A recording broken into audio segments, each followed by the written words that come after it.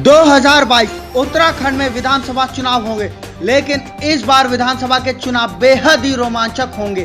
2022 के चुनावी दंगल में उत्तराखंड में आम आदमी पार्टी ने 70 विधानसभा सीटों में चुनाव लड़ने का बिगुल बजा दिया है।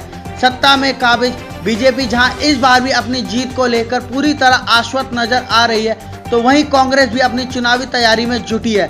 बीजेपी कांग्रेस के अलावा एक और पार्टी है जो इस बार उत्तराखंड विधानसभा चुनाव में ताल ठोकने की तैयारी कर रही है। ये पार्टी है आम आदमी पार्टी। पंजाब और गोवा के बाद उत्तराखंड तीसरा राज्य है जहां आम आदमी पार्टी पूरी गंभीरता से चुनाव लड़ने जा रही है। हरावाला देहरादून में बनेगा 300 शय मुक्त चिकित्सालय। मुख्यमंत्री त्रिवेंद्र सिंह रावत के निर्देश पर शासन द्वारा हरावाला देहरादून में 300 शय युक्त शकुंतला रानी सरदारी मेटरनिटी व कैंसर चिकित्सालय के निर्माण के लिए 10 करोड़ की धनराशि स्वीकृत की गई है। यह धनराशि मिशन निदेशक राष्ट्रीय स्वास्थ्य मिशन की उपलब्धि कराएगा। मुख्यमंत्री ने इस अस्पताल के निर्माण को स्वास्थ्य के क्षेत्र में बड़ी उपलब्धि बताया है। उन्होंने कहा है कि हरावाला क्षेत्र में सुविधा युक्त अस्पताल की जरूरत भी थी। इससे क्षेत्रवासियों को बेहतर स्वास्थ्य सुविधा उपलब्ध हो सकेगी। सचिव अमित सिंह नेगी द्वारा जारी पत्र में बताया गया कि जनपद देहरादून के हरावाला में Jeevan Jyoti cancer hospital trust द्वारा उपहार स्वरूप स्वास्थ्य विभाग को प्रदत्त भूमि पर 300 शय युक्त चिकित्सालय का निर्माण किया जाएगा। चिकित्सा निर्माण की अनुबंधित लागत 106 करोड़ 84 लाख 70 हजार है। इसमें भारत सरकार द्वारा 97-60 करोड़ की धनराशि अनुमोदित की गई है। मुख्यमंत्री त्रिवेंद्र सिंह रावत ने प्रदेश के 10 शहरी स्थानीय निकायों को ठोस अपशिष्ट प्रबंधन के लिए चतुर्वित्त आयोजना की संस्तुतियों के अधीन राजस्व के रूप में 6.70 करोड़ की धनराशि स्वीकृत की है। मुख्यमंत्री ने कहा कि इस धनराशि से शहरी स्थानीय निकायों द्वारा ट्रेजिंग ग्राउंड की स्थापना एवं सुदृढ़ीकरण के अंतर्गत ठोस अपशिष्ट प्रबंधन के कार्य किए जाएंगे। इससे नगर पालिकाओं में कूड़ा निस्तारण की प्रभावी व्यवस्था सुनिश्चित की जाएगी तथा स्वच्छता के साथ ही पर्यावरण संरक्षण को भी बढ़ावा मिलेगा। इसके अतिरिक्त मुख्यमंत्री ने MSME के अंतर्गत राज्य के दूरस्थ क्षेत्रों के लिए विशेष राज्य पूंजी उत्पादन सहायता योजना के अंतर्गत जिला एवं राज्य स्तरीय समिति के स्तर से अनुमोदित कुल 2 करोड़ 50 लाख 58,784 करोड़ की धनराशि स्वीकृत की है। मुख्यमंत्री त्रिवेंद्र ने मुख्यमंत्री की घोषणा के तहत वैभव विहार नवादा में उच्च जलाशय निर्माण के लिए 99.75 लाख की धनराशि भी स्वीकृत की है। इससे क्षेत्र की पेयजल समस्या का समाधान होने के साथ ही क्षेत्रवासियों को निरंतर पेयजल की आपूर्ति सुनिश्चित हो सकेगी। उधम सिंह नगर से शर्मसार कर देने वाली खबर सामने आई है। चोरी के इरादे से घर में घुसे चोरों ने लूट लिया नाबालिग बच्ची की अस्मत। चोरों ने सबसे पहले पिता पुत्री को नशीला पदार्थ सुंघाकर बेहोश किया और उसके बाद घर में रुपए व जेवरात ढूंढने लगे। जब लुटेरों के हाथ नकदी नहीं लगी तो 2 युवक ने बेहोश नाबालिग से दुष्कर्म किया।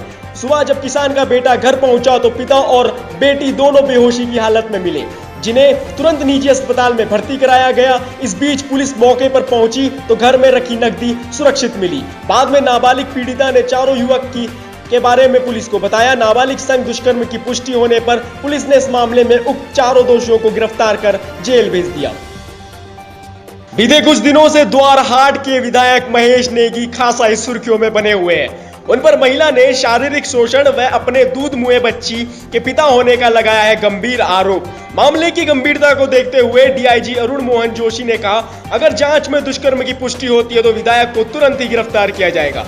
पुलिस ने विधायक की पत्नी की शिकायत पर उक्त महिला के खिलाफ ब्लैकमेलिंग का केस दर्ज किया है, लेकिन विधायक पर आरोप लगाने वाली महिला का कहना है कि उसकी शिकायत पर अब तक कोई कार्रवाई नहीं की गई। महिला ने बीजेपी विधायक पर संगीन आरोप लगाए हैं। महिला ने कहा कि विधायक महेश नेगी ने उनके साथ कई बार शारीरिक संबंध बनाए। उक्त महिला ने बेटी को जन्म दिया है। इस बच्ची के पिता विधायक महेश नेगी है। महिला ने अपनी बेटी और विधायक की DNA जांच कराने की मांग भी की है। बहरहाल पुलिस मामले की जांच में जुटी है। मुख्यमंत्री त्रिवेंद्र सिंह रावत ने प्रदेश में गन्ना किसानों की आर्थिकी में सुधार के लिए किसानों के व्यापक हित में गन्ने के बहुआयामी उपयोग पर ध्यान देने को कहा है।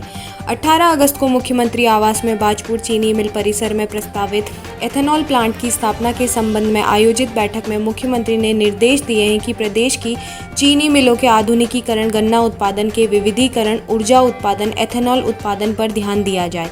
उन्होंने कहा है कि विभागीय स्तर पर चीनी मिलों के संबंध में जो भी कार्रवाई की जाएगी उन पर किसानों के हितों को ध्यान में रखते हुए कार्रवाई की जाएगी। मुख्यमंत्री ने कहा है कि बाजपुर चीनी मिल परिसर में एथेनॉल प्लांट के लिए अपेक्षित भूमि उपलब्ध है। उन्होंने इस अवसर पर एथेनॉल प्लांट की स्थापना के संबंध में प्राज टेक्नोलॉजी सॉल्यूशन द्वारा प्रस्तुतिकरण का भी अवलोकन किया।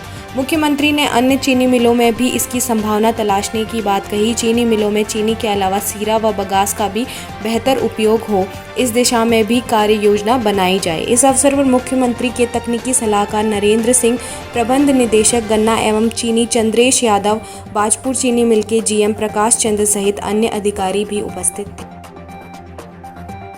मुख्यमंत्री त्रिवेंद्र सिंह रावत ने प्रदेश के 2 अध्यापकों को राष्ट्रीय शिक्षक पुरस्कार 2020 के लिए चयनित होने पर उन्हें बधाई दी है। राष्ट्रीय शिक्षक पुरस्कार प्राप्त करने वालों में प्रधानाचार्य GHSS पुटकुनी कपकोट बागेश्वर, डॉक्टर केवलानंद कांडपाल तथा उप प्रधानाचार्य Eklavya model residential school Jagola Kalsi Dehradun Sudha Benuli शामिल हैं। मुख्यमंत्री ने कहा है कि राष्ट्रीय स्तर पर सम्मानित हमारे इन अध्यापकों ने देश में प्रदेश का नाम रोशन किया है।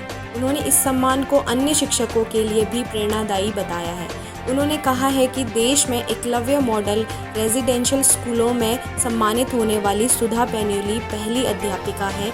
यह भी प्रदेश के लिए गर्व की बात है।